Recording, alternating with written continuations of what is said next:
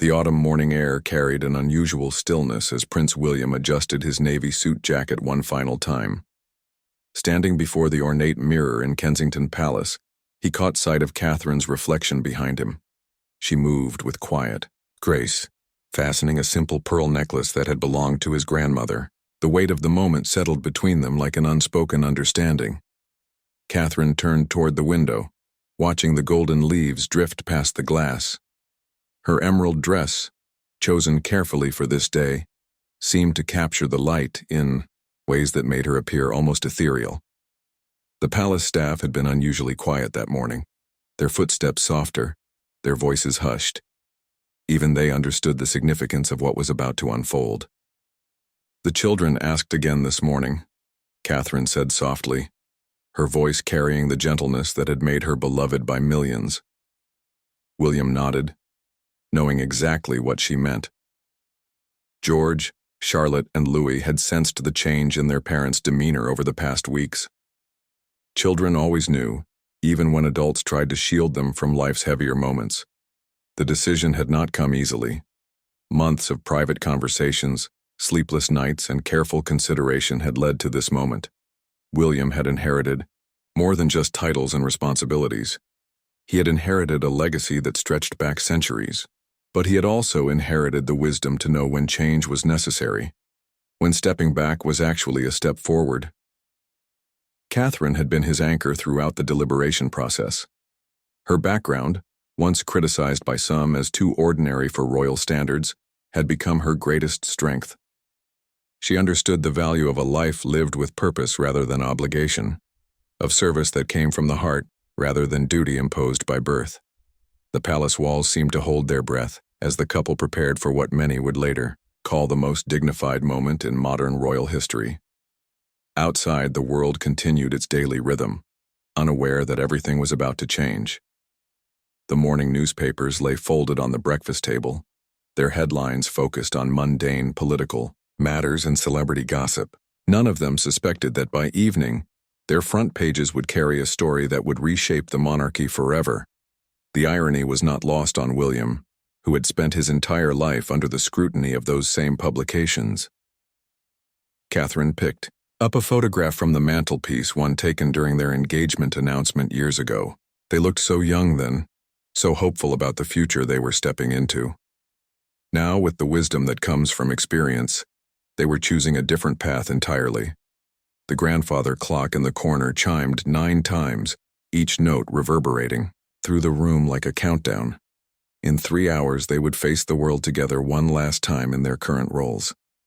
The speech had been written and rewritten, each word carefully chosen to convey dignity, gratitude, and hope.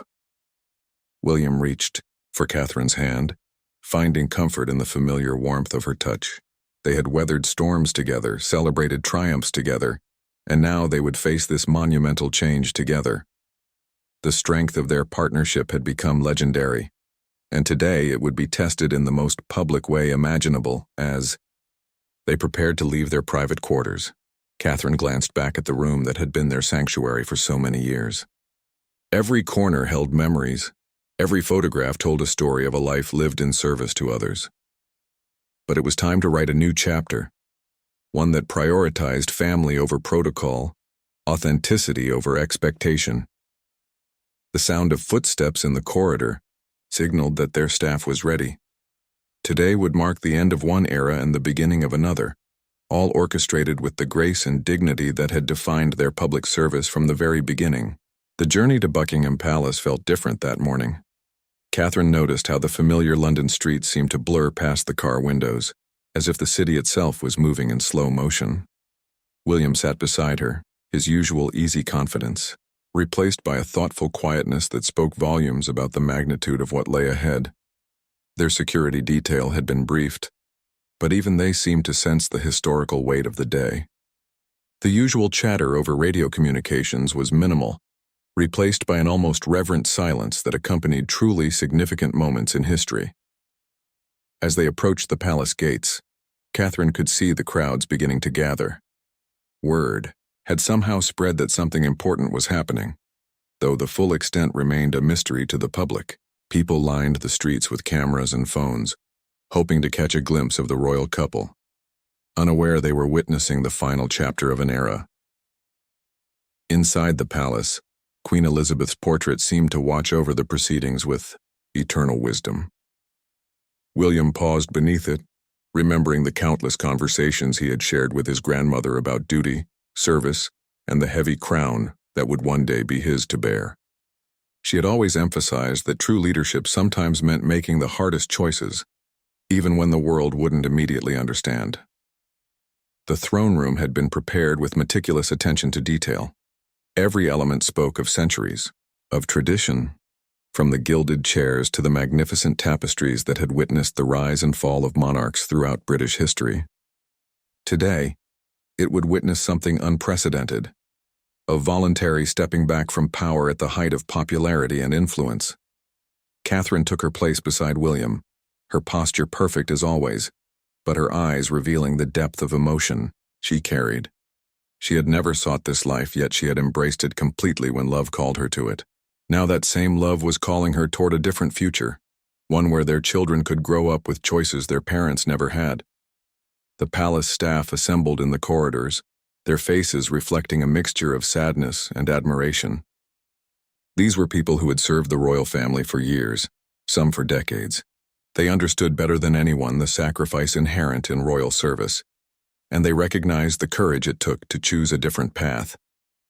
Representatives from the Commonwealth nations had been quietly informed of the decision in the preceding days. Their responses had varied from shock to understanding, but all had expressed deep respect for the thoughtful way William and Catherine had approached this momentous choice. The monarchy would continue, but it would be forever changed by their example. The Archbishop of Canterbury arrived just as the morning light began streaming through the palace's tall windows. His presence added solemnity to the proceedings, though his role today was more symbolic than ceremonial. He had counseled the couple through their decision-making process, helping them find peace with a choice that went against every expectation placed upon them since birth. As the appointed hour approached, William and Catherine shared a moment of private reflection in the blue drawing room. The walls, adorned with portraits of their predecessors, seemed to whisper stories of duty fulfilled and sacrifices made. Today would add a new story to those walls, one of courage in the face of tradition. Catherine smoothed William's tie one final time, a gesture so natural and loving that it captured the essence of their relationship. They had always been partners, first, supporting each other through every challenge and triumph. That partnership had given them the strength to make this unprecedented decision. The sound of Big Ben chiming in the distance served as their final call to action. In moments, they would step before the cameras and change the course of British royal history forever. The weight of tradition pressed down upon them, but the lightness of freedom beckoned from just beyond this moment of transition. The doors to the throne room opened with a soft whisper that seemed to echo through centuries of royal protocol. William and Catherine stepped forward together, their synchronized movements speaking to years of shared experience and mutual support. The room, filled with carefully selected members of the press and palace staff, fell into absolute silence. Catherine's eyes swept across the familiar faces in the audience. There was Sarah, her longtime lady-in-waiting, whose eyes were already glistening with unshed tears. Near the back stood James, the palace photographer who had captured countless moments of joy and sorrow throughout their royal journey. Each person present understood they were witnessing history in the making. William approached the podium with the measured steps that had carried him through thousands of public appearances. But today was different. Today, each step carried him closer to a freedom he had never known, while simultaneously taking him further from a life of predetermined purpose that had defined his existence since childhood. The speech lay before him, typed on cream-colored paper bearing the royal seal. Hours of careful consideration had gone into every word, every pause, every inflection that would soon carry across the globe. But as he looked down at the text, William realized that the most important words would come not from the prepared remarks, but from his heart. Catherine stood slightly behind him, her presence a constant source of strength. She had learned to read the subtle signs of his emotions over their years together, and she could see the moment when he made the decision to speak from his soul rather than his script. "My fellow citizens of the United Kingdom and the Commonwealth," William began, his voice carrying the weight of sincerity that had made him beloved by millions. "Catherine and I stand before you today not to fulfill a duty, but to honor a deeper calling that has grown within our hearts over many years of service." The cameras captured every nuance of his expression, every gesture that accompanied his words. Around the world, televisions would soon carry this moment into living rooms where families would gather to witness what many would later call the most authentic royal address in modern memory.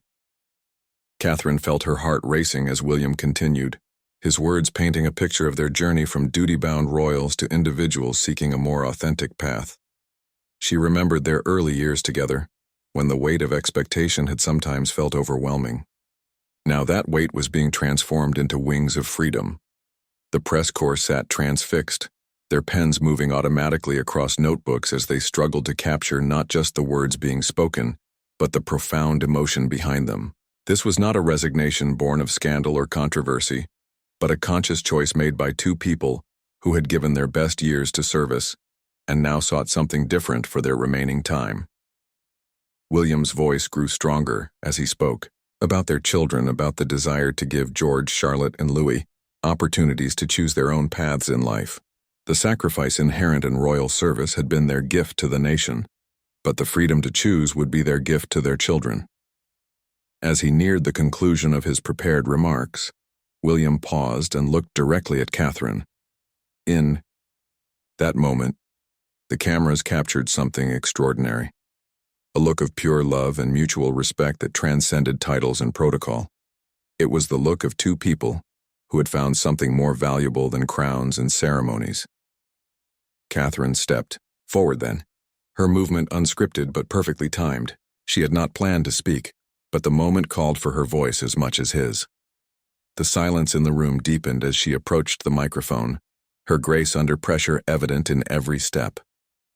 "We have been honored beyond measure to serve," she said, her voice clear and strong despite the emotion underlying her words. "But service takes many forms, and sometimes the greatest service is knowing when to step aside and allow others to lead." The simplicity of her words carried profound impact. Here was a woman who had married into the most scrutinized family in the world, who had learned to navigate the complex waters of royal protocol while maintaining her authentic self. Her decision to speak in this moment revealed the strength that had always existed beneath her composed exterior. The reaction in the throne room was immediate and profound. Several staff members openly wept, not from sadness alone, but from witnessing such raw courage in the face of centuries of tradition. The palace had seen many dramatic moments throughout its history, but never quite like this. A voluntary relinquishing of power at the height of respect and admiration. Catherine's unexpected words had added a dimension to the announcement that even their closest advisors hadn't anticipated. Her voice carried the authenticity that had endeared her to people across all social boundaries, from working mothers in council estates to fellow royalty in distant palaces. In this moment, she wasn't the Duchess of Cambridge speaking. She was simply Catherine, a mother and wife making an impossible choice look inevitable. William reached for her hand, and their fingers intertwined naturally, as they had countless times before in private moments. But this public display of unity and affection would become one of the most replayed images in royal history. It captured everything about their approach to royal duty, genuine, heartfelt, and deeply human. The questions from the press came softly, at first, as if the reporters were afraid to break the spell of the moment. William answered each with the same thoughtful consideration he had always brought to his public role, but there was a lightness in his responses that hadn't been present in years. The burden of future kingship, which had weighed on his shoulders since childhood, was visibly lifting with each word he spoke. One reporter asked about the children's reaction to their decision. Catherine's response revealed the depth of consideration that had gone into this choice. "George, Charlotte, and Louis have given us the greatest gift imaginable," she said, her voice warm with maternal love. "They've shown us what it means to live with joy and possibility. We want to give them the same gift in return, the freedom to discover their own paths." The palace photographer continued to capture moments that would define this historic day. There was William's slight smile when asked about their future plans, suggesting a man who had found peace with an incredibly difficult decision. There was Catherine's confident posture as she fielded questions about stepping away from royal patronages that had become deeply meaningful to her. Behind the scenes, palace staff were already beginning the complex process of transitioning responsibilities. Years of careful protocol were being rewritten in real time, as the monarchy adapted to a situation it had never faced before. The Queen's private secretary was in constant communication with senior government officials, ensuring that constitutional requirements were met while preserving the dignity of the moment. The Commonwealth representatives, watching via secure video feeds from their respective capitals, were witnessing something unprecedented in their nation's shared history. Some were already drafting statements of support and understanding, recognizing that this decision, while unexpected, was being handled with the same grace that had characterized William and Catherine's entire public service. As the formal portion of the announcement concluded, William and Catherine remained to shake hands with staff and answer additional questions from the press. These interactions revealed the personal relationships they had built over years of service, the genuine affection between them and the people who had supported their work behind the scenes. The palace gardener, who had maintained the grounds throughout their residence at Kensington Palace, received a particularly warm embrace from Catherine. Their children had played in those gardens, learning to ride bicycles and chase butterflies under his watchful care. These personal connections, built over years of shared experiences, were perhaps what they would miss most about royal life. A young intern from the communications office approached nervously to express her gratitude for Catherine's mentorship in women's advocacy work. The conversation that followed showed the Duchess at her most authentic, encouraging the young woman to continue the work they had started together, emphasizing that the causes themselves were more important than any individual's role in advancing them. William spent several minutes speaking with the head of his environmental foundation, discussing transition plans that would ensure continuity of the conservation work that had become his passion. The conversation revealed a man who had found ways to align his personal interests with his public duties, and who was now seeking to continue that alignment in a different context. As the formal proceedings wound down, the couple prepared for their final public appearance in their current roles, a walkabout among the crowds that had gathered outside the palace gates, drawn by rumors and speculation that had proven remarkably accurate. The palace gates opened to reveal hundreds of people pressed against the barriers, their faces reflecting every possible emotion from shock to admiration to genuine grief. Word of the announcement had spread through social media and news alerts, drawing Londoners from every corner of the city to witness this historic moment. Many held flowers, handwritten signs, and photographs, tokens of appreciation for a couple who had given their best years to public service. Catherine stepped forward, first her natural warmth immediately evident as she approached an elderly woman who had been waiting since dawn. The woman pressed a small bouquet of daisies into Catherine's hands, whispering words that brought tears to both their eyes. It was a moment that captured the personal connection the Duchess had forged with ordinary people throughout her years of royal duty. William followed, stopping to speak with a veteran who had served in Afghanistan during the same period when William had been stationed there as a search and rescue pilot. Their conversation, brief but meaningful, highlighted the shared experiences that had shaped both men's understanding of service and sacrifice. The veteran's words of support seemed to provide William with additional confirmation that their decision was understood and respected. A group of children from a local school had been granted special permission to attend, and they rushed forward, with the innocent enthusiasm that had always been Catherine's weakness. She knelt down to their level, accepting drawings and listening to their eager questions about the royal announcement. Her ability to connect with children had been one of her greatest strengths as a royal, and it was evident that this gift would continue in whatever path she chose next. The crowd began to realize they were witnessing something unprecedented, not a celebratory walkabout, but a farewell that carried the weight of finality. Yet instead of sadness, the dominant emotion seemed to be gratitude. People called out words of thanks and support, acknowledging the years of dedicated service while expressing understanding for the choice to step back. A young mother pushed through the crowd, carrying a toddler who had been born during the same week as Prince Louis.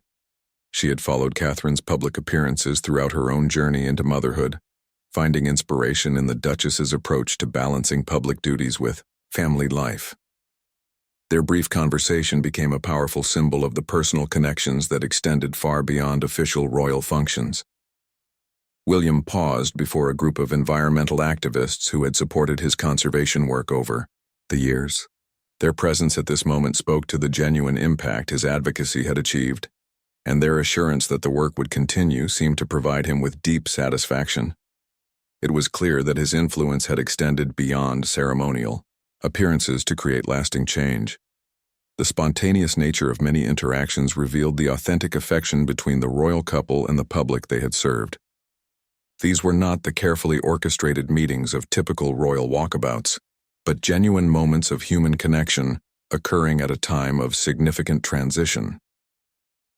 Catherine's conversation with a group of young mothers highlighted one of her most successful initiatives, destigmatizing conversations about mental health during early childhood development. The women shared stories of how her advocacy had helped them seek support during difficult times, demonstrating the real-world impact of her carefully chosen patronages. As they moved through the crowd, both William and Catherine seemed to gain energy from the positive response to their decision. The fear that they might be seen as abandoning their duties was being replaced by recognition that they were modeling a different kind of leadership, one that valued authenticity and personal fulfillment alongside public service. The final stop was with a group of Commonwealth representatives who had traveled to London for other business and found themselves witnesses to this historic moment. Their presence served as a reminder of the global reach of British royalty and the respect William and Catherine had earned across cultural and geographical boundaries. As the walkabout concluded, the couple returned to the palace for their final, official function, a private meeting with immediate family members who had been informed of the decision in advance but were experiencing its public reality for the first time. The Queen's own statement, released simultaneously with their announcement, had expressed both surprise and support, emphasizing the personal courage required for such a decision.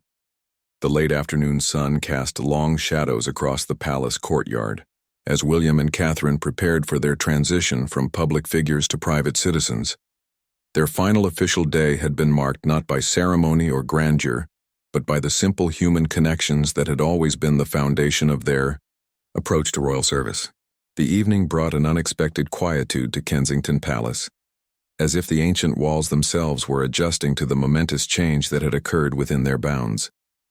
William and Catherine sat in their private sitting room, surrounded by the familiar comforts of home, yet acutely aware that everything had fundamentally shifted. The weight of royal obligation, which had pressed upon their shoulders for over a decade, had been lifted, leaving behind a lightness neither had experienced since their university days.